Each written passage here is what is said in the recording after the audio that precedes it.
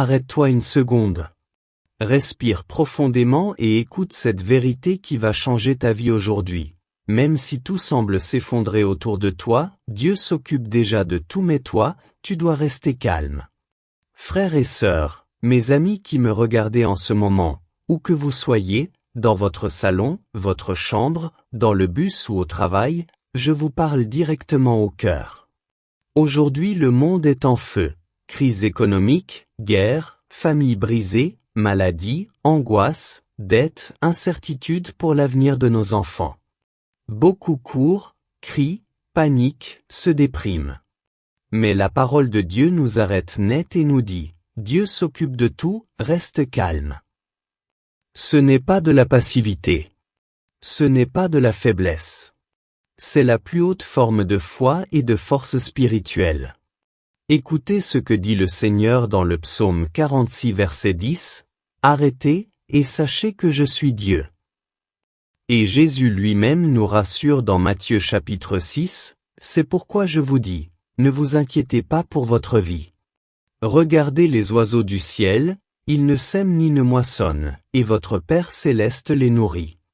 Ne valez-vous pas beaucoup plus qu'eux ? » Nous vivons dans une époque où tout va très vite. Notifications, mauvaises nouvelles, factures, trahison, échecs, tout cela crée un bruit incessant dans nos têtes. L'anxiété est devenue une véritable épidémie. Pourtant, Dieu ne nous a pas appelés à vivre dans la peur. Il nous appelle à vivre dans sa paix surnaturelle.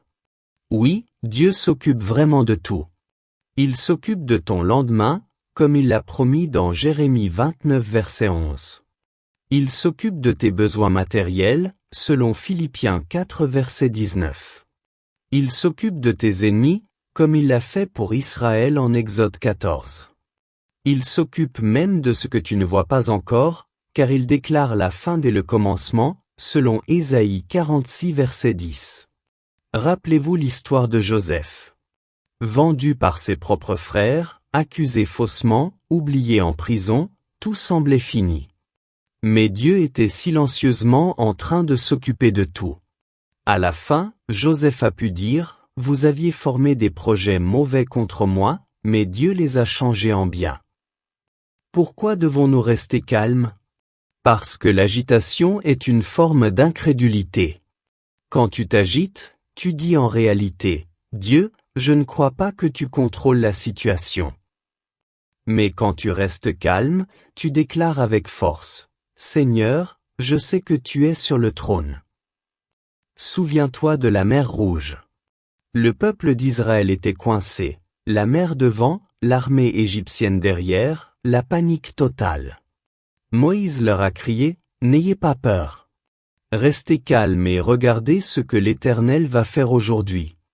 L'Éternel combattra pour vous, ou tenez-vous tranquille. » Ils sont restés calmes et Dieu a ouvert la mer. Pense aussi à Josaphat dans 2 Chroniques chapitre 20. 3 armées puissantes venaient contre lui. Il avait peur, mais il a proclamé un jeûne et a dit au peuple, « Ne craignez point, car ce n'est pas vous qui combattrez, c'est Dieu. » Ils ont commencé à chanter et à louer avant même la victoire. Et l'Éternel a mis en embuscade leurs ennemis. La louange est l'arme de celui qui reste calme. Maintenant, comment rester calme de manière concrète ? D'abord, jette tes soucis sur lui, comme le dit 1 Pierre 5 verset 7. Chaque matin, fais une liste de tes inquiétudes et dis, « Seigneur, je te les donne. Occupe-toi de cela. » Ensuite, prie au lieu de t'inquiéter.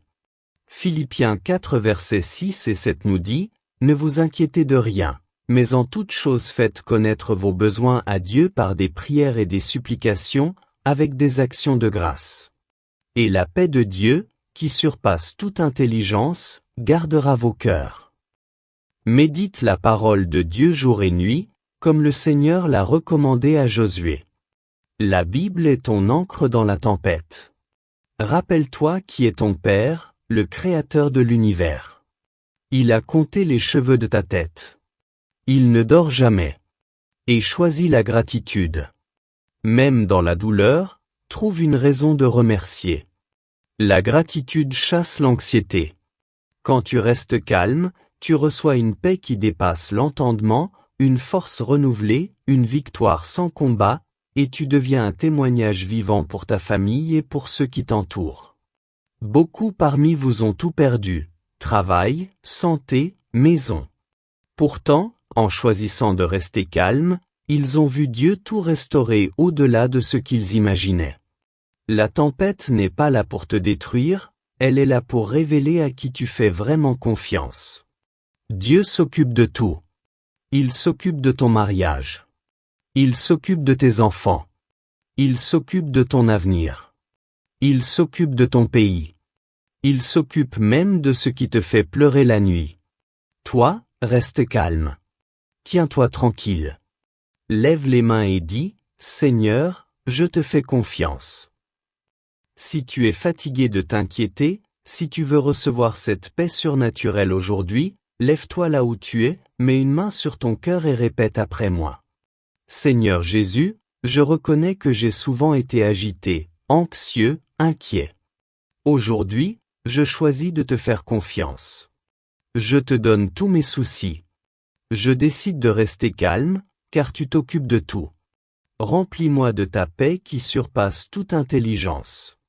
Au nom de Jésus, Amen. Que le Dieu qui calme les tempêtes calme tout ce qui bouillonne en toi. Que sa paix règne dans ton cœur, dans ta maison et dans ton avenir. Et que partout où tu iras, on dise de toi, voilà quelqu'un qui reste calme, parce qu'il sait que son Dieu s'occupe de tout. Que l'Éternel te bénisse abondamment. Amen.